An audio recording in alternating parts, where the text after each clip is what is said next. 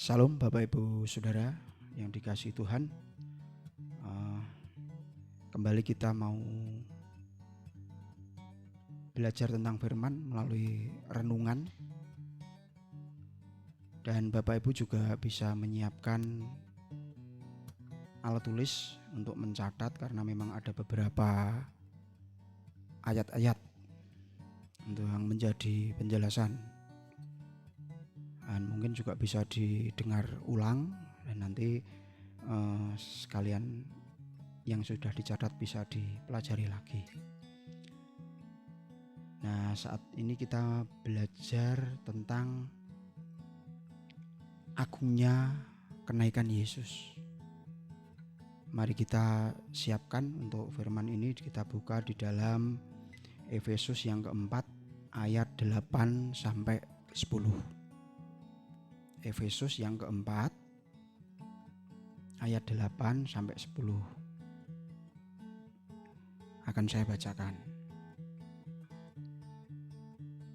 Itulah sebabnya, kata Nas, tatkala ia naik ke tempat tinggi, ia membawa tawanan-tawanan, ia memberikan pemberian-pemberian kepada manusia. Bukankah ia telah naik? Berarti bahwa ia juga telah turun ke bagian bumi yang paling bawah. Ia yang telah turun, ia juga yang telah naik jauh lebih tinggi daripada semua langit untuk memenuhkan segala sesuatu.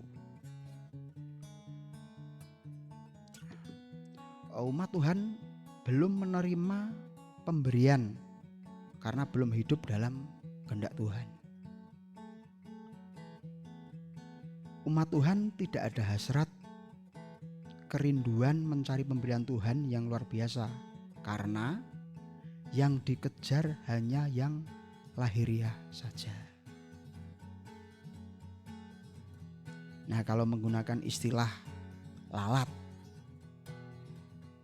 lalat yang dicari hanyalah sampah. Atau bisa diaplikasikan, umat Tuhan hanya mencari berkat, kekayaan, kehormatan, semua yang fana. Nah, beda dengan lebah. Lebah yang dicari sari bunga, dan hasilnya madu yang semuanya bisa menikmati.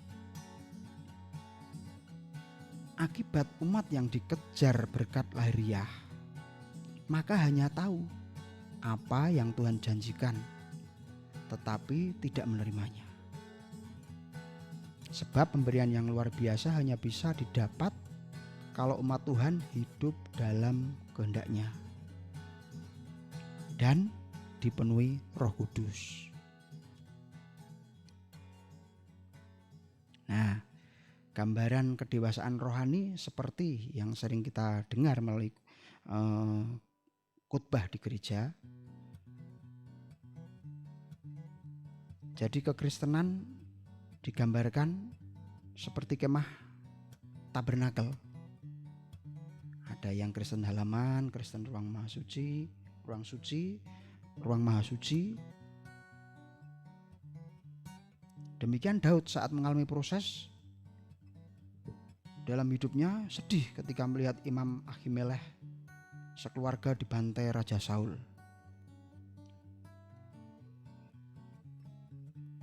Karena menolongnya di Nob, dan marah karena Doeg orang Edom si pengkhianat. Itu ada di dalam Mazmur 52 ayat 1 sampai 10.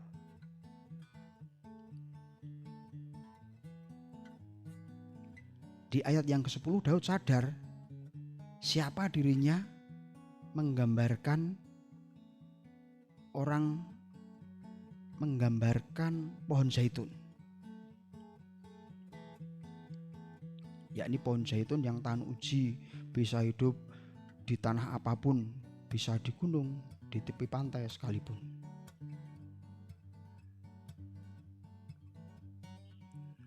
Nah, selanjutnya, sadarkah kita sebagai umat Allah adalah umat yang tangguh, bukan umat yang lemah dan manja. Bisa diartikan juga suka mengeluh umat-umat Tuhan.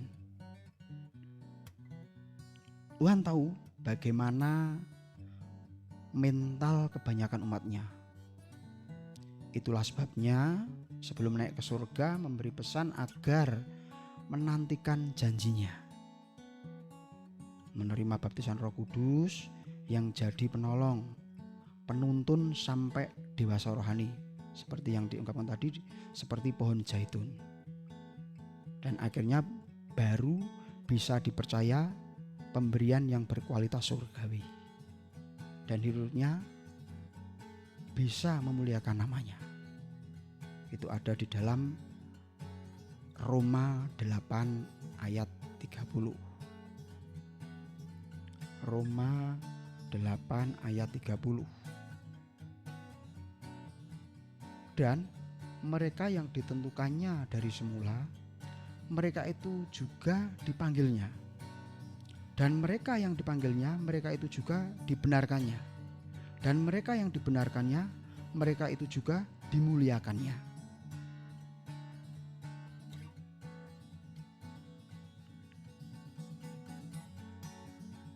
Nah, perlu kita ketahui, di masa sekarang tidak lagi menantikan pencurahan Roh Kudus, karena Roh Kudus sudah dicurahkan 2020 tahun yang lalu. Sampai hari ini belum diangkat dari dunia. Bisa dilihat atau dicatat 2 Tesalonika 2 ayat 6 sampai 7.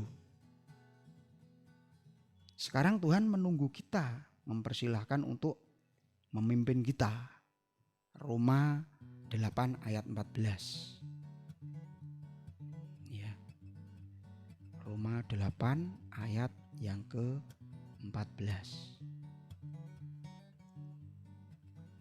Semua orang yang dipimpin Roh Allah adalah anak Allah.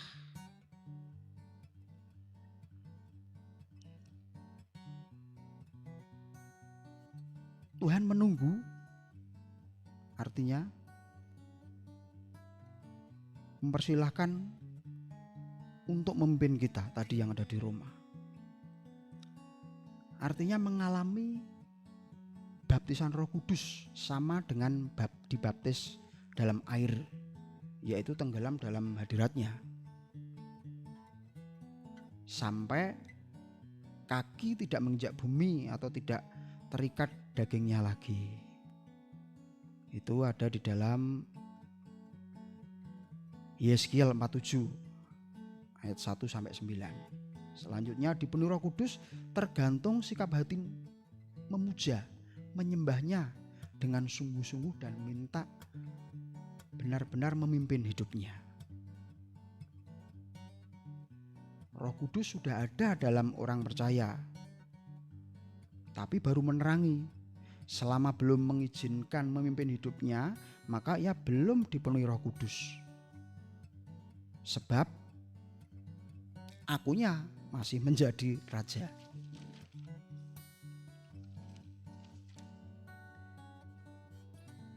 Roh Kudus memimpin hidup, pasti tunduk kedaulatannya. Dan buah roh makin nyata, barulah hidupnya dipercaya dan dibawa dari satu kemuliaan kepada kemuliaan yang lebih besar. 2 Korintus 3 ayat 18. Baik, kita terus masuk dalam penjelasan. Bukankah ia telah naik? Itu tadi ya yang menjadi awal tadi kita membacanya. Berarti bahwa ia juga telah turun ke bagian bumi yang paling bawah. Pengertian ini memang sulit dipahami. Yang jelas bagian bumi paling bawah bukan tempat hukuman kekal atau neraka. Masih menunggu penghakiman dulu. Bapak Ibu bisa membukanya di dalam Wahyu 20 ayat 14. Yang dimaksud ayat ini adalah penampungan orang jahat sejak zaman Nuh atau Hades. Ayat selanjutnya tadi, ia telah turun ke bumi, ia telah turun ke bagian bumi paling bawah untuk memberitakan Injil kepada manusia yang belum pernah mendengar Injil sejak zaman Nuh. Bisa dilihat juga di 1 Petrus 3 ayat 19 sampai 20.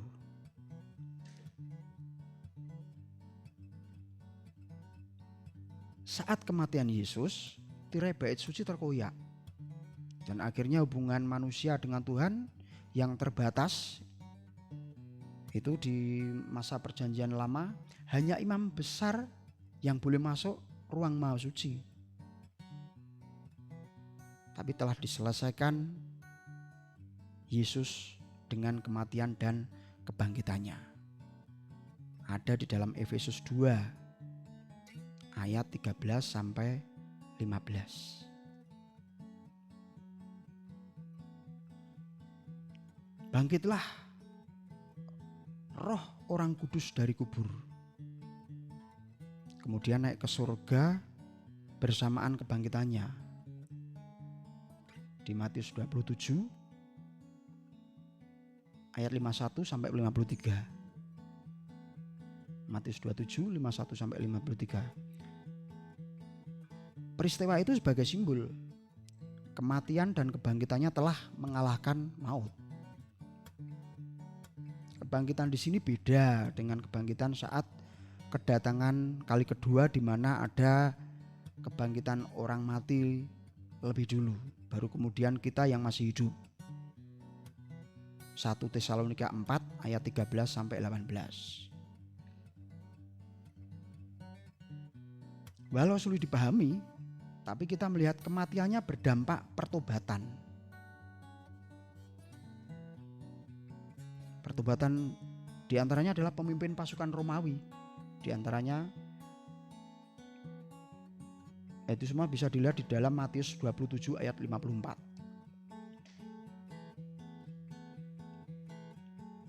Sebagai anak Tuhan atau hamba Tuhan, jangan ikut-ikutan mendoakan roh nenek moyang di masa lalu dengan mengundang rohnya terus masuk dalam diri anak keturunannya dan selanjutnya terus didoakan atau diteruskan dengan berdoa, disuruh pulang. Nah, itu akan menjadikan hal yang terkutuk. Ulangan 18 ayat 11 sampai 12, juga Imamat 19 ayat 31.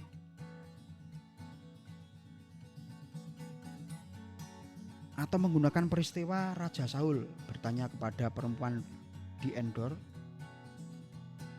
masa roh Samuel yang di surga bisa dipanggil? Nah, praktek-praktek semacam ini, orang yang percaya Tuhan, saya yakin dan percaya di antara kita sudah dijauhkan dari hal ini oleh karena kedewasaan rohani kita. Paling tidak dengan pengertian semacam ini kita bisa memberikan arahan kepada yang lain apabila ada atau kita mendapati hal yang terjadi seperti ini. Sama dengan kekristenan bisa mengarah kepada praktek perdukunan.